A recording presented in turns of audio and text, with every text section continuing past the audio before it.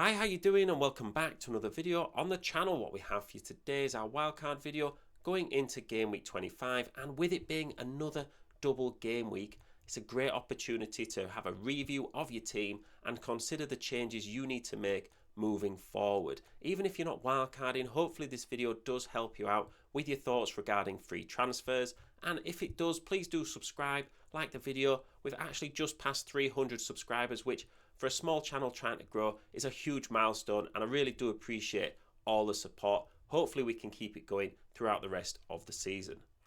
So let's start with the keepers as always, and we're going to go with a bit of an out there pick with Kepa. Now, although Bournemouth have only kept 5 clean sheets all season, 4 of them have been in the last 8 games, and those games in that time span have included matches against Liverpool, Newcastle and Chelsea.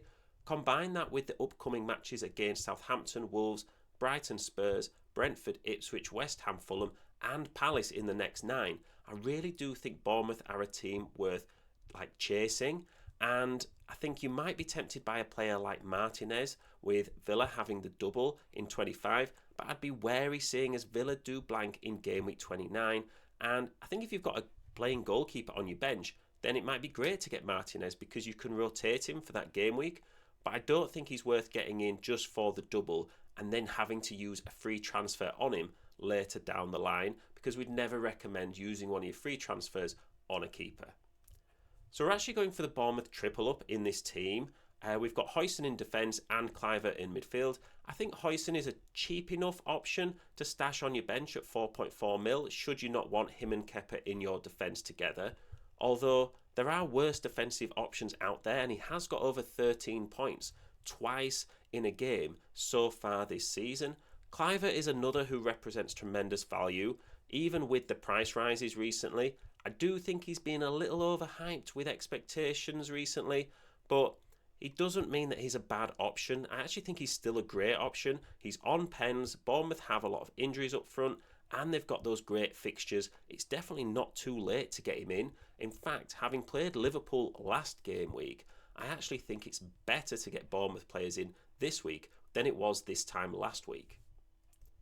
We're also going for the Liverpool triple up, and one of the downsides of loading your team with double game week players is needing to transfer them out soon after. However, with Liverpool, you'd be happy to keep them in for at least a while. It makes them a really good option, and I think a lot of you will probably already have 3 Liverpool players in from the double game week last week. Now, it remains to be seen whether Trent will be fit. I think if he isn't, you can easily downgrade to literally any other defender. Possibly Van Dijk if you wanted to stay with Liverpool, or you could go for someone like Cucurella and upgrade one of the strikers in this team to Gakpo. Now, Salah speaks for himself, and he'll be your captain this game week regardless, I would have thought. But Szoboszlai seems to have nailed down the centre attacking mid-role. If you can afford it though, I do think Luis Diaz offers just as much, if not more, of an attacking upside. It's whether you want to take on board that minutes risk as well, and it also depends on your general transfer budget. So let's talk about the rest of the defence. Bednarek is in there for the cheapest, playing third bench option. But I do think someone like Munoz is the best FPL defender under 5 million at the moment. Palace have only lost twice in their last 13 games, had 4 clean sheets in the last 7, and Munoz has 2 assists in his last 2 games. It makes him one of the best all-round defenders anyway, let alone for 4.8 million. Now, many of you will already own Robinson, and I definitely think he's worth hanging on to. 10 assists in 24 games, ranks 3rd among all FPL players and shows great consistency. Fulham can do well against anyone this season, and they have Forest, Palace, Wolves and Brighton in the next 4. Now, most of those opposition teams rank in the bottom 10 for goals scored so far this season. The only one who doesn't is Forest, and they only rank 9th in terms of goals scored out of all Premier League teams, giving Fulham that extra chance of clean sheets.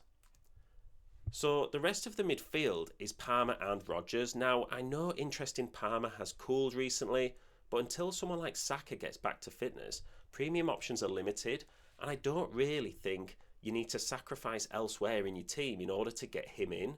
He's still got big return potential, and he actually plays Southampton and Leicester in the next 4. So I think if you own him, he's a definite hold. I know it's maybe an attractive option to sell him and then you've got loads of money, but I just think you can't recreate those big games that he tends to have more often than not with any other players in FPL other than Salah, who you already own.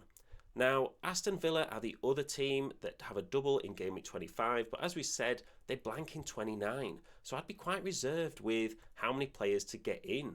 I think Rodgers is a good priced option with 5 returns in his last 8. He doesn't take up a lot of your budget, and he's quite easy to move on afterwards. Rather than a second Villa player, I'd be tempted to get someone like Emery in using the assistant manager chip.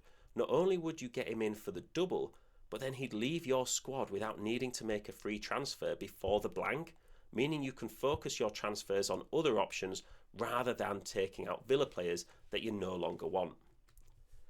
So up front, even though he's got Man City and Forest and Liverpool in the next 3, I wouldn't take Isak out of your team just yet. 20 returns in his last 16 games gives him the benefit of the doubt against anyone in the league. I'd also be considering Mateta. We spoke about how well Palace are doing earlier in the video, plus striking options are quite limited at the moment. Chris Wood has tough fixtures and Mateta's got 6 goals in his last 5 games, but if you're not a fan of the Palace double up, you could rearrange his squad to fit in Gakpo, or you could just go for Chris Wood and hope that he keeps scoring.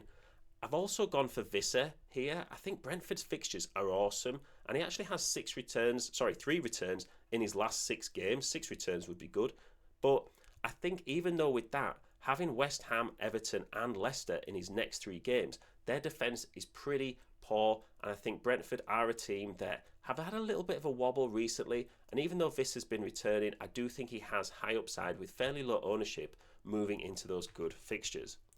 So when I put this team into Fantasy Football Hub, it didn't give me a team rating. Maybe because the team's so good, it might have broken the system, or it might just be a little glitch that's going on at the moment.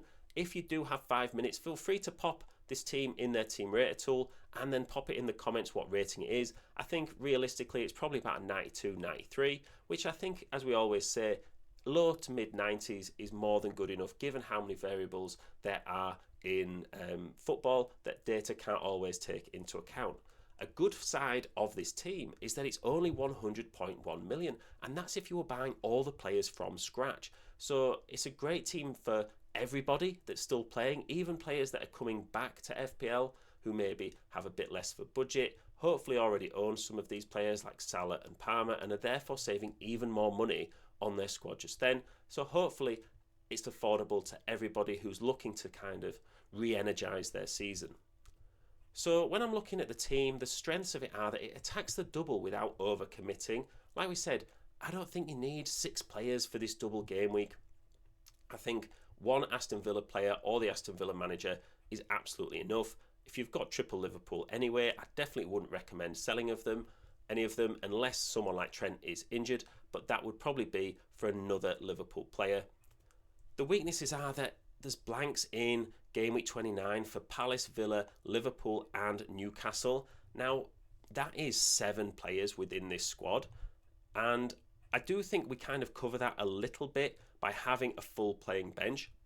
So out of those 7 who would blank in Game Week 29, you can straight up swap 3 of them for your bench. So that reduces it to 4. Well, there's another 4 game weeks before Game Week 29, so you could use free transfers to work them out of your team again, or you could just go in with 9 or 10 players. I often think people kind of overhype the blank game weeks. The double game weeks is where you want to make your focus, because a lot of times players in your team get 1 or 2 points anyway, so I do think you're not likely to miss out on a lot of points by just going with a few less than 11 players. But if you did want to use your free hit in 29, that would then save you making any changes into this team, and then you could just roll with them again into Game Week 30 and beyond. There's also no Man City or Arsenal players in this team, which I don't really mind. I think when you look at, Man City at the moment, who would you get in? Nobody wants to commit that budget to Haaland, in recent times. And someone like Foden is also quite expensive, unless you wanted to risk it and sell Palmer for Foden, but I wouldn't want to do that. I also think Arsenal, from an attacking point of view, just aren't worth the risk with the great cheap options that you can get with players like Cliver at the moment, and even someone like an Mbuemo if you can afford it. But maybe if your Trent did get injured and you wanted a bit more of a variance with the teams, you could possibly get Gabriel or Saliba in from Arsenal instead of Trent. So let me know what you think in the comments. Let me know if you've got any general transfer questions as well. It's always great to chat FPL. Thank you very much for listening. Hopefully you've had a good game week, and the Everton-Liverpool game on Wednesday is also good to you, and I will see you in the next one.